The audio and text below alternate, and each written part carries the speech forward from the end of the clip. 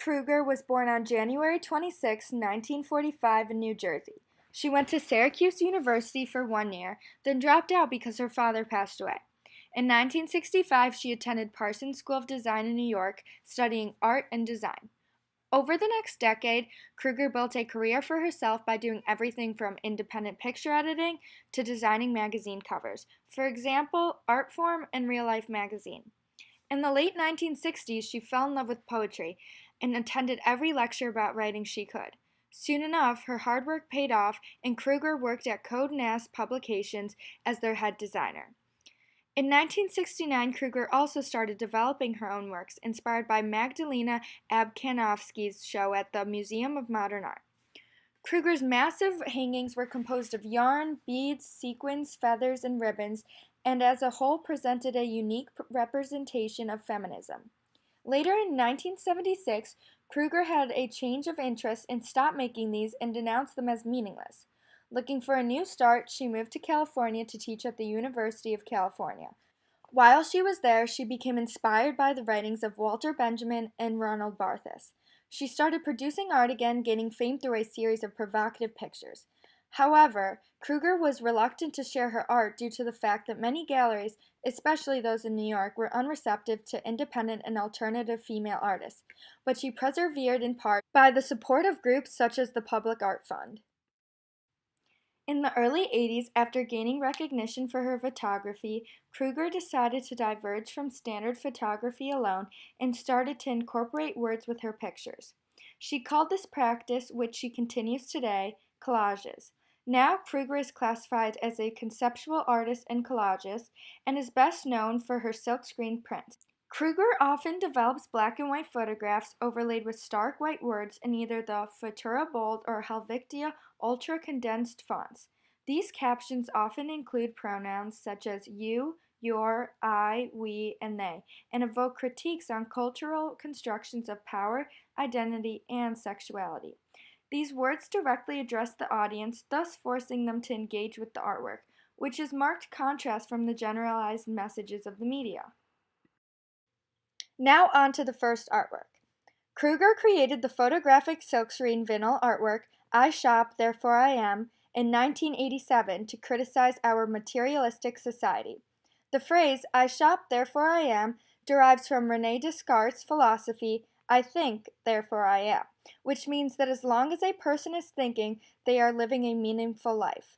But Kruger changed the phrase's meaning by substituting the word shop for the word think. This calls attention to the mass consumerism dominating the decade as I shop, therefore I am, implies that a person is defined by their assets and not by who they actually are. This statement makes the viewer look deeper into themselves and rethink materialism by challenging the idea of their perception of consumption. The structure and the color of the artwork attracts the viewer to look directly at the phrase. In order to convey her message even further, the artwork was printed on shopping bags, t-shirts, and other products of consumption to emphasize the irony of the contrasting messages between the piece of art and that which it is printed on. Next, Kruger created her iconic artwork, Your Body is a Battleground, in 1989 for the Women's March in Washington after anti-abortion laws began to challenge Roe v. Wade. Kruger distributed her work as a flyer during the march to send a very powerful message to persuade women to fight for the defense of abortion laws and examine the issue of gender inequality. The background of her art is a photo of a white woman's face with classically beautiful features split vertically into symmetrical halves with the positive and negative of the black and white image. Red words dividing the face declare your body is a battleground. With this image, Kruger critiques the stereotypical symmetry that is applied to female beauty used by media and advertising.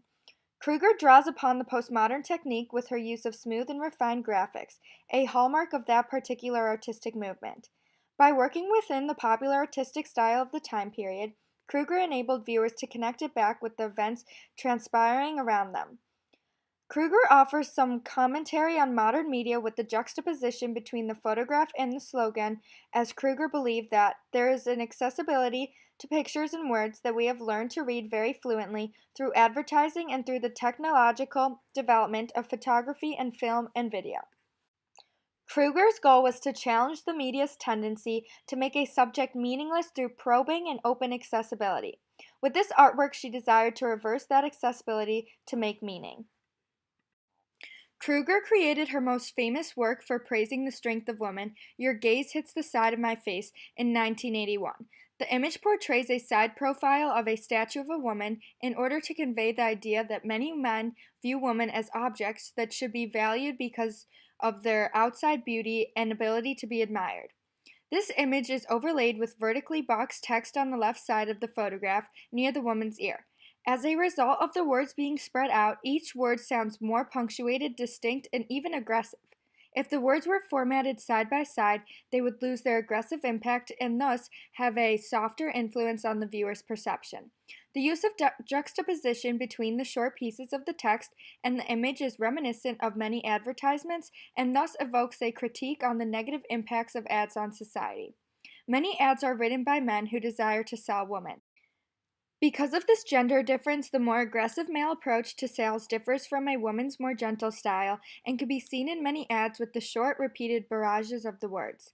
The unique formatting of the statement, Your gaze hits the side of my face, emphasizes and critiques the way that many male advertisers manipulate and control language by attempting to use their words to make women feel like outsiders without the product they are trying to sell.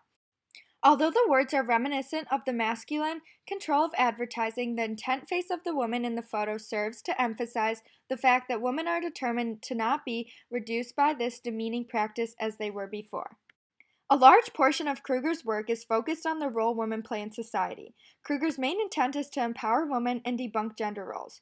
Kruger does not pity herself and other women because of the hardships they take on. Rather, she praises them for their strength and accomplishments. Through her artwork, she positively influences individuals to see how much strength women have. Kruger also criticizes the way men and women interact with each other, but also how they interact with the environment. By doing this, she expresses how humans are ruining and poorly impacting the global environment, therefore leaving a message to the people that they have the power to change the world and make it a better place. It's just in their hands. In addition, anyone who looks at Kruger's artwork will be instantly influenced by her powerful words. Kruger has been making inspirational, powerful artworks from 1969, leaving thousands of people to take away messages from them. One such person is Shepard Fairey, the creator of Andre the Giant Has a Posse sticker campaign, or better known as Obey. Fairey claims that Kruger is his biggest inspiration and draws upon many of her characteristic styles. Fairey admits that he owes his red, black, and white color scheme to Kruger. Kruger is also known for saying what she wants without thinking about the circumstances. This quality of hers has influenced many artists and people to speak up and stand up for what they believe in, even if they are standing alone or could face a bad outcome. Kruger believes that art cannot truly stand for something important if it does not make a few people angry, offended, or want to disagree along the way. Barbara Kruger's influence is unbounded and spans many generations. Her works are striking, controversial, and are sure to spark conversation and debate. Through her art, Kruger has been able to speak her mind and advocate for issues such as women's rights and anti-consumerism, which are values her fans continue to advocate. While Kruger's impact can be seen in modern campaigns such as Shepard Fairey's Obey Project, her works will have a lasting impact that will continue on for many years into the future.